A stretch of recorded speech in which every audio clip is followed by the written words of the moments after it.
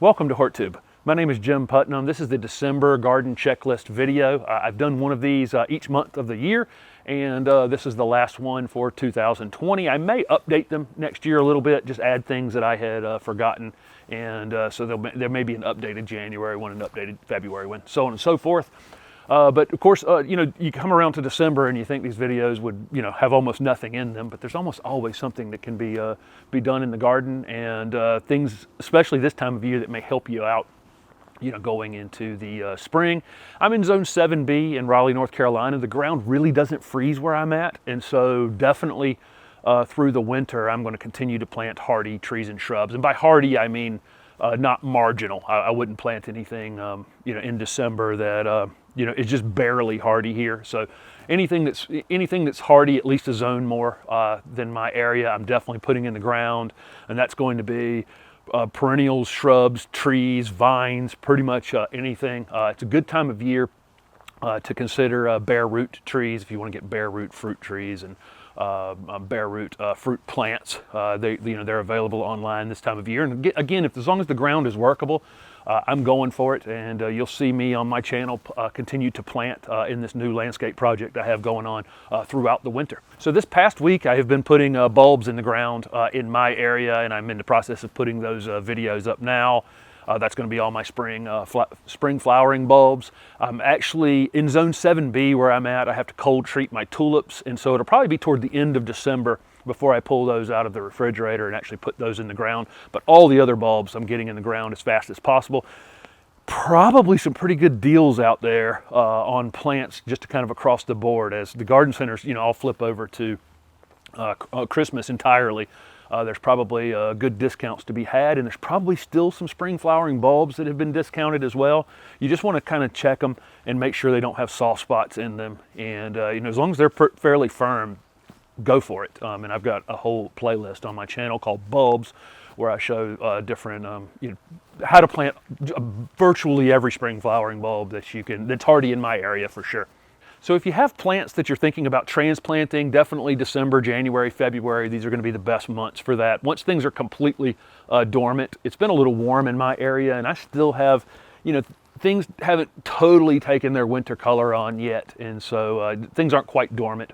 By mid to late December they will be, though, and if there's something I want to tear out of the ground and move to another space, I definitely would do it at that time.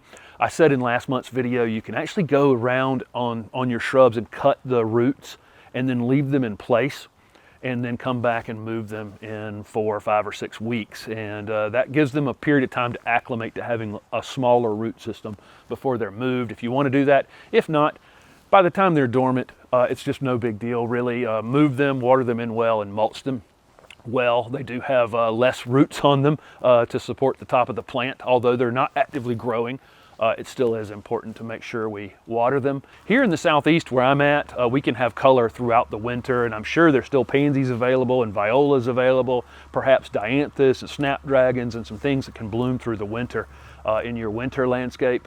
I say this in pretty much every one of these videos, to be on the lookout for things that have, great fall color, like this Japanese maple that's behind me right here, or things that bloom in your area, right up until the winter months. I've got camellias back here blooming.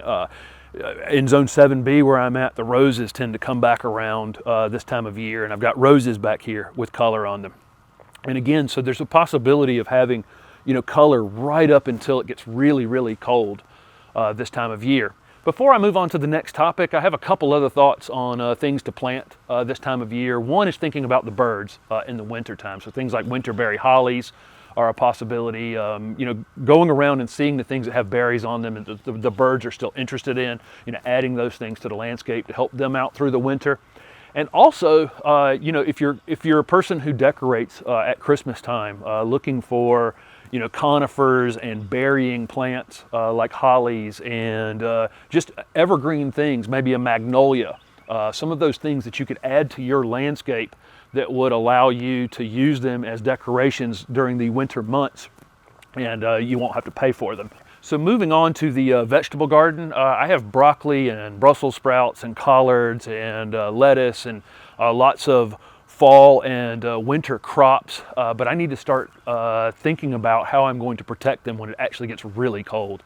We've got some mid-20s coming up this week, and I will probably throw a frost protection blanket over some of those things to protect them.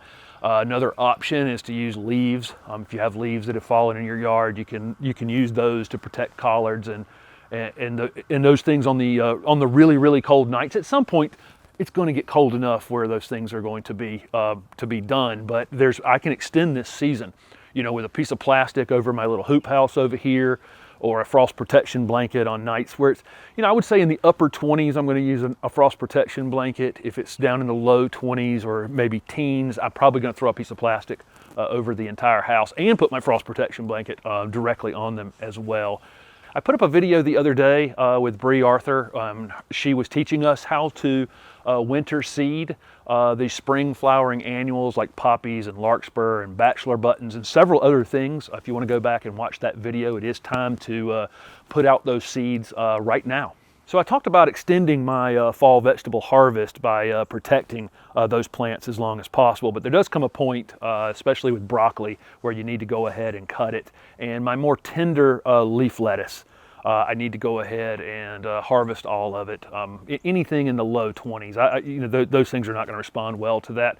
But my collards, beets, Swiss chard, arugula, mustard, those things can actually last through most of the winter here in 7B, and so I'm in no hurry whatsoever to rip those things out of the ground.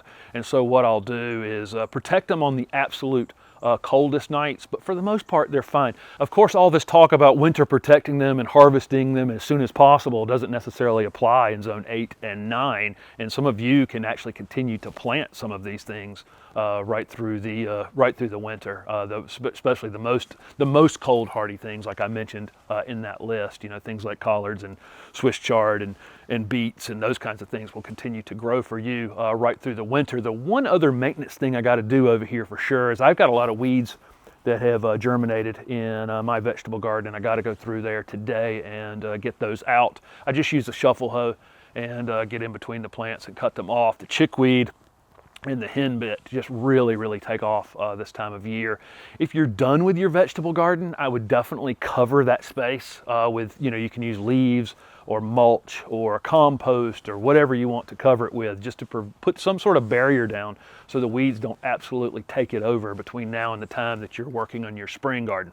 Moving on to landscape maintenance, I've talked about pruning in now will be 12 videos. This is one of the more important things to know is the plants. You need to kind of know the plants in your yard to know when to prune them. And so, there is some basis of knowledge. The winter time is the time to be pruning fruit trees, and a lot of your tree pruning is going to be done that time of year. But like I say, you do kind of need to know what types of plants you have in your yard. The super early flowering perennials and shrubs and trees are not things you want to be pruning during the winter time, because they actually are blooming on last year's wood. The flower buds are already on the plants, and so it's important not to be pruning on those during the winter time. So sometimes you have to, though. Sometimes there's years where you just got to get something under control and you're going to sacrifice the flowers. So that happens occasionally, but it's best to know what you have. So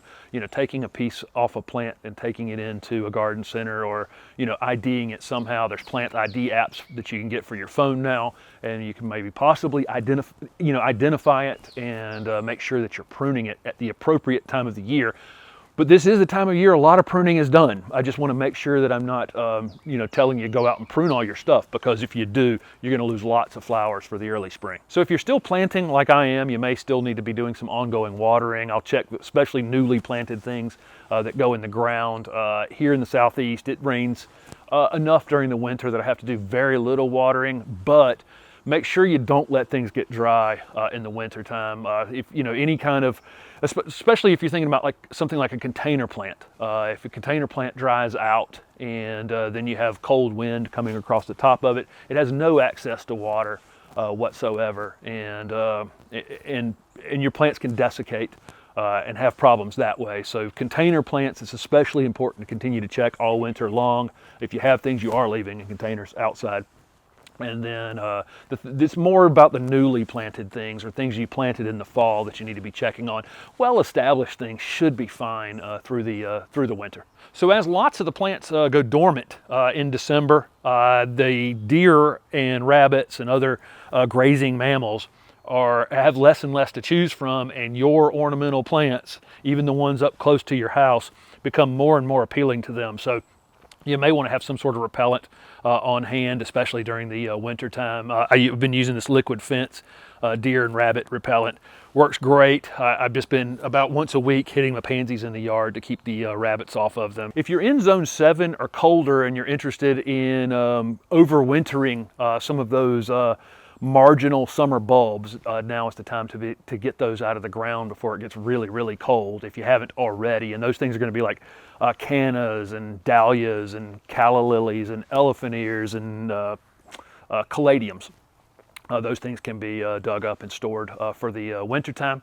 So I've already talked about winter protecting the fall vegetable crops, being prepared to do that. And it's the same thing, of course, with your trees and shrubs and perennials and other things that are marginal in your yard. If you're leaving something out in a container and you're worried about it may not quite be hardy in your area, you do need to be prepared to protect it. Throwing a sheet over it, like I said, watering to make sure it's insulated. That way you can group containers together. That's a very good idea. The closer containers are together and then up against the house, if you've got things that are, that you're worried about making it through the winter time. If you've got something that's just flat out almost marginal, you may need to be prepared to put it in the garage or even bring it in for a night or two if we get extreme temperatures in your area. I've got a palm in a container here. It is definitely not going to live through the winter if I let that container freeze solid. So I've got to make decisions on whether or not I should go ahead and plant it in the ground or bring it in the house potentially for the coldest nights. Decisions have to be made on those kinds of things now, so you're not scrambling on a night where it's going to be 15 degrees outside. Of course, we all know there's lots of cleanup to do in December. If you have deciduous trees, there's leaves falling everywhere. So this is, staying on top of this cleanup. I've talked in all of these videos about the value of leaves. They can be chopped up and used as mulch. If it's an area that you don't care what it looks like, you can just leave the leaves whole. Doesn't matter, but they're very valuable for, winter protecting things, piling them up on, marginal plants. And so there's a lot of uses for them. They don't leave my yard. They just go right, they just break down and become food for the plants again the next year.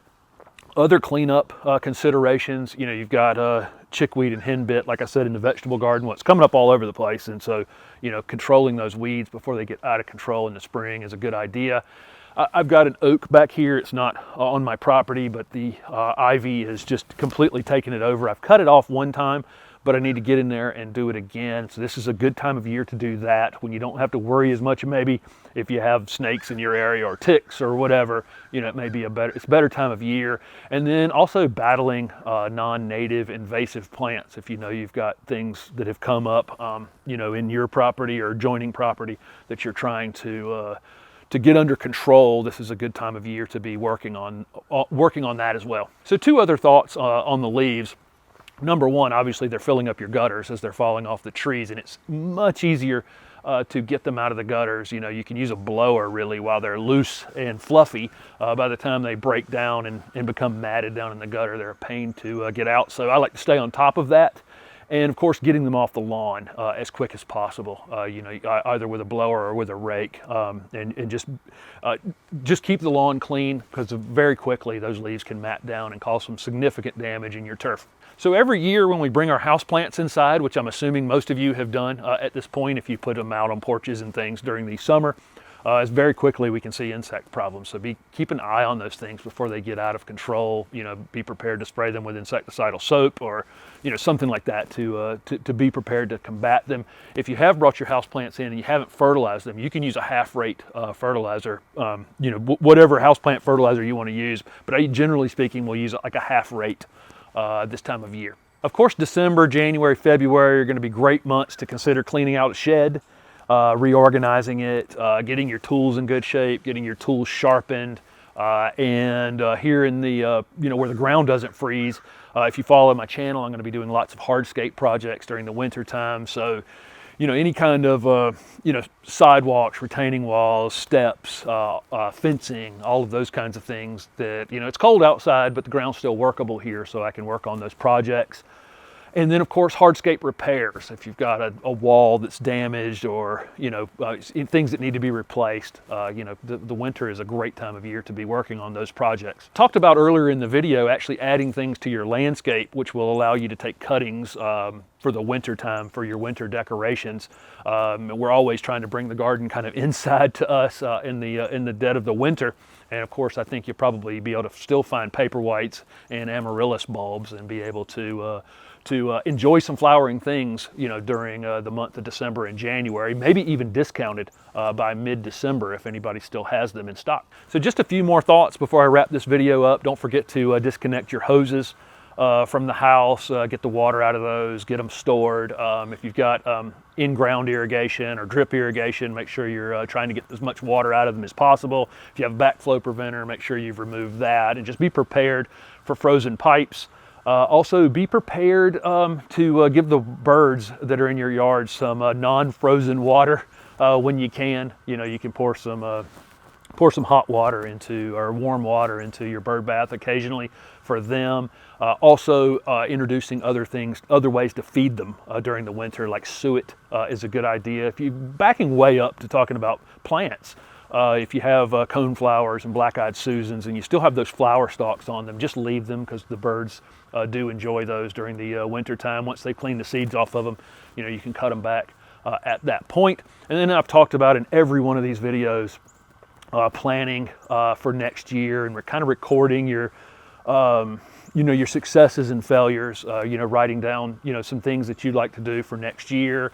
You're going to get your seed catalogs in the mail if you haven't already, and go ahead and order flower seeds and vegetable seeds as quick as possible. We've had some kind of shortage in 2020, and I would imagine that will bleed over into 2021. So go ahead and get those things ordered as quick as possible. I'll be showing you all of my seeding of my vegetables and annuals and perennial seeds during the winter time. So if you have the seeds on hand, you can follow along with me on the process that I use for that. I had a ton of flowering annuals out here. And then, of course, if if the ground's workable, you can go ahead and and create beds, edge new beds and create new spaces for this coming season, and just have those things ready and planned out. And then when you're ready to get started on it in the spring, those things are in place. One other thing before I wrap this up, of course, gardening gifts are the best kind of gifts for Christmas. And I have a discount code from Corona Tools. It's linked down below, HortTube15. If you follow the link I have down below, you can get, like I say, 15% off of any Corona Tools. If you would like to give those as gifts, you see me using the pruners and all the things I do. And I also have t-shirts linked down below. And there's a discount code for the month of December, which is HORT, H-O-R-T 3, and you get $3 off of any t-shirt that I have in my Teespring store. Thank you guys for following along with these monthly update videos through the entire year, or these monthly checklist videos.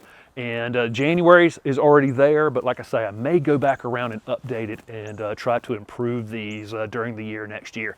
Thanks for watching.